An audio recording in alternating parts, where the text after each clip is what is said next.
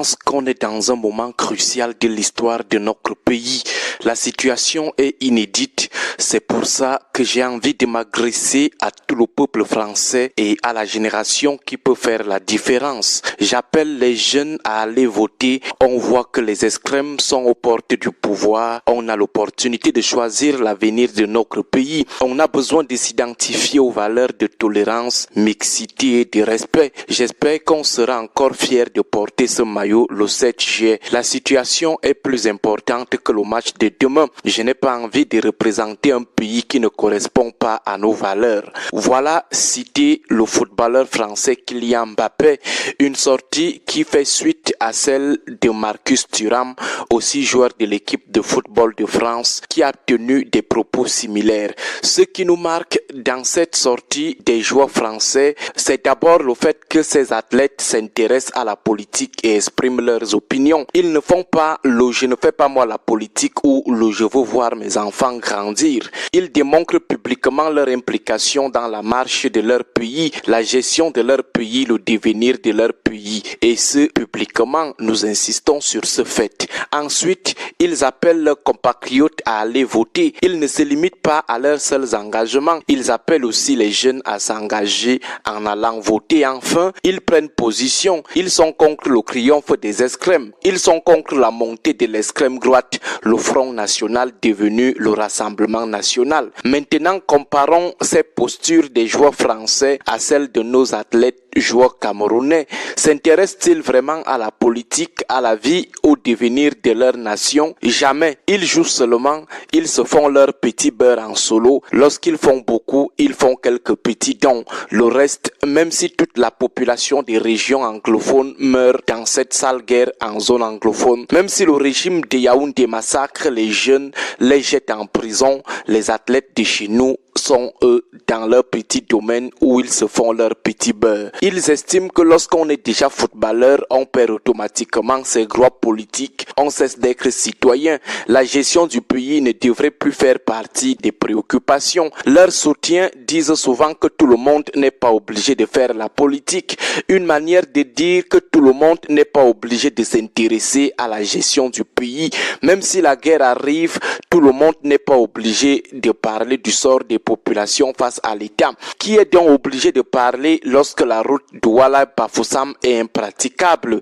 Qui? Le professeur Kamto, qui a aussi un boulot, des boulots enseignant, avocat international, chercheur, consultant international. C'est lui qui n'a donc rien à faire pour s'intéresser à la politique et parler du délabrement de la route Ngaoundiri-Garoua. C'est Mamadou Mouta, ingénieur, qui a donc tout le temps de parler du mauvais état de la route à Komdou-Kribi. Donc c'est lui qui n'a rien à faire. Ce sont seulement nos joueurs, nos athlètes qui ont mieux à faire. Mais lorsque le RDPC doit les instrumentaliser, c'est là où ils sont obligés de faire la politique. Parlons de l'appel à l'engagement des jeunes, disons des populations. Combien de nos joueurs sont sur ce terrain? Lorsqu'ils font beaucoup, ils appellent les jeunes à voter, à soutenir le parti à l'origine de tous leurs problèmes. Depuis qu'on se bat dans la sensibilisation pour les inscriptions sur les listes électorales, combien de joueurs ont déjà même ouvert leur bouche pour en parler? Les jeunes en bas sont engagés dans une campagne silencieuse d'inscription sur les listes électorales. 9 régions sur les 10 que compte le Cameroun. A-t-on déjà lu quelque part une publication qui fait allusion à ces inscriptions venant d'un de nos athlètes appelant ces jeunes à s'inscrire? Ils sont eux dans leur petit championnat de vacances qui ne vont résoudre aucun problème de malgouvernance à l'origine de la misère et des guerres qui endeuillent aujourd'hui le Cameroun. Ils font comme si les Kylian Mbappé avaient du temps à perdre et eux, ils n'en ont pas. Ils font comme si les Kylian Mbappé ne faisaient pas aussi des dons, comme s'ils ne construisaient pas aussi des écoles, comme s'ils n'organisaient pas aussi des championnats de vacances. Pour nous faire croire que comme eux, ils font déjà tout cela, il leur est interdit de faire encore la politique, de mettre leur image à profit pour la défense des bonnes causes. C'est comme si on leur demandait quelque chose de gros. Maintenant, prendre position, c'est encore la magie chez nos joueurs et athlètes. Pour l'instant, nous ne voyons aucun joueur camerounais capable de dire aux jeunes de barrer la route au mandat pontifical du RDPC en 2025. Dire non à la la répression contre les opposants ou appeler les CAM à jouer la carte de la transparence. Certainement, l'autre là, c'est être trop exigeant. Eux, ils ne sont pas les Kylian Mbappé ou Marcus Thuram.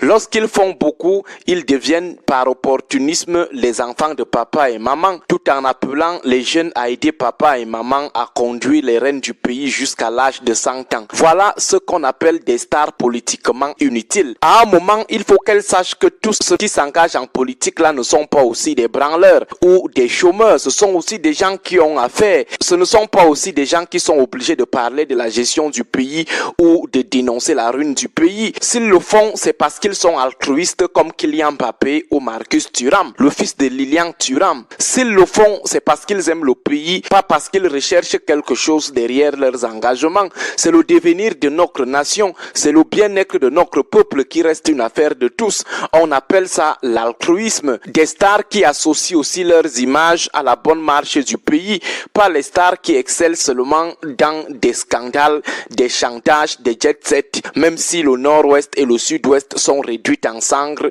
ce n'est pas leur problème là-bas. Il faut que nos athlètes stars comprennent que lorsqu'on est star, on ne s'appartient plus. On devient une propriété des fans qui attendent en retour que les stars les soutiennent aussi dans leurs différentes luttes de survie et surtout qu'elles ne pactisent pas avec ceux qui les oppriment. C'est ça être politiquement altruiste, c'est ça être une star politiquement utile. Bonne journée à vous tous.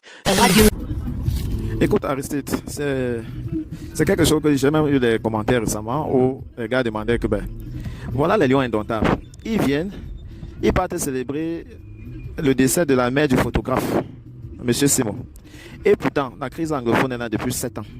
On n'a jamais vu un regroupement de lions indomptables où ils se prononcent même pour dire que, ouais, on a entendu que quelque chose se passe dans le nord.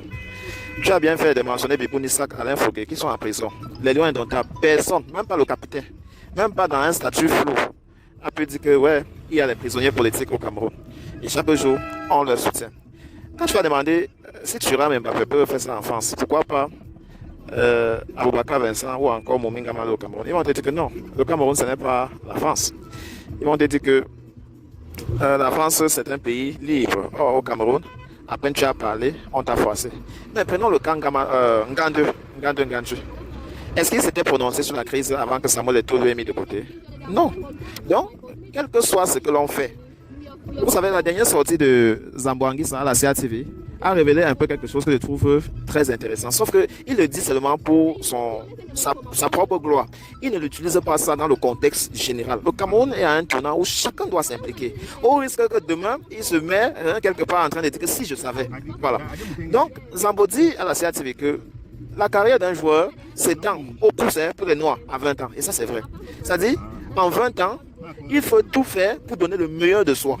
Il faut tout faire pour garder des bonnes relations avec ses coéquipiers. Il faut tout faire pour participer à des œuvres sociales. Aller dans les orphelinats ne sont pas suffisants. Passer le temps à vouloir faire un peu comme si on œuvre dans le social, fondation X, fondation Y, ce n'est pas suffisant. Le monde aujourd'hui est politisé et chacun devrait s'impliquer. L'aura qu'ils ont aujourd'hui, ils ne l'auront pas demain. La preuve, regardez-moi Alexandre Son. C'était un porteur maison à l'époque. Regardez, ils sont nombreux là, les anciens, Lenguemo, vous pouvez les citer. Quels sont leurs points? Oh, quand vous les voyez physiquement, vous vous dites que pourquoi on ne peut pas convoquer l'autre ici? Mais la vérité, c'est que son temps est passé. Et donc, le temps de gloire, il faut savoir la mettre à l'actif du peuple. Mais Samuel Eto'o qui devait leur montrer le chemin, on lui est retrouvé au palais des congrès en train d'appeler Chantal bien maman, papa. Il a dit, dans sa dernière sortie, qu'il n'a pas honte de maintenir son soutien pour M. Biya-Paul. Donc vous entendez comment que voilà monsieur qui est en train de plébisciter que M. Biya, à 100 ans, soit toujours à la tête du Cameroun. C'est malheureux. Mais le peuple, dans tout cela, sont fanatiques, s'insultent entre eux. J'ai même lu dans les commentaires quelqu'un qui allait jusqu'à dire qu'il n'est pas de l'ethnie de Samuel Eto'o, mais qui se bat pour que les pouvoirs publics n'usent pas de leur pouvoir pour abuser le peuple. J'ai dit que mais monsieur, vous ne pouvez pas utiliser les compétences dans le domaine politique pour les utiliser dans une vie associative. Ce n'est pas possible. Les élections sont à l'horizon. Il faut prendre la carte d'une formation politique. À défaut, il faut sympathiser. Et cela rejoint, et c'est par là que je vais sortir, ça rejoint mon appel de l'autre jour que je disais. Oui, vous avez envoyé les militants de la Renaissance sur le terrain pour appeler les Camerounais à s'inscrire massivement. Ça, c'était l'étape numéro 1. L'étape numéro 2, maintenant, on est à quelques mois ou alors à quelques semaines de la convocation du corps électoral. Quelle est notre disposition en ce moment à présenter les candidatures dans les mairies et même à l'hémicycle.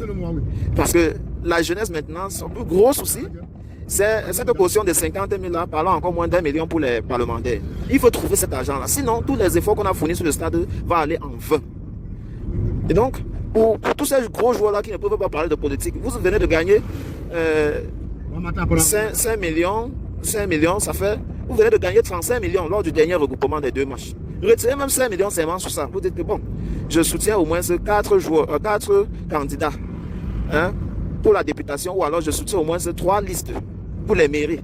Comme ça, le jour que ça va, vous allez au moins vous asseoir quelque part et dire que non, telle commune, c'est moi qui a quand même soutenu la liste. Ou alors tel député, j'ai accompagné sa liste. Parce que si les cautions sont à 51 millions, il faut dire le fonds de campagne s'élève un peu plus le double de cela. Donc c'est beaucoup d'argent et le changement qu'on cherche, ce n'est pas pour des particuliers, c'est pour tout le monde. Ne restez pas et dites après que si j'avais su. Voilà, c'est ce que je voulais dire. À très bientôt.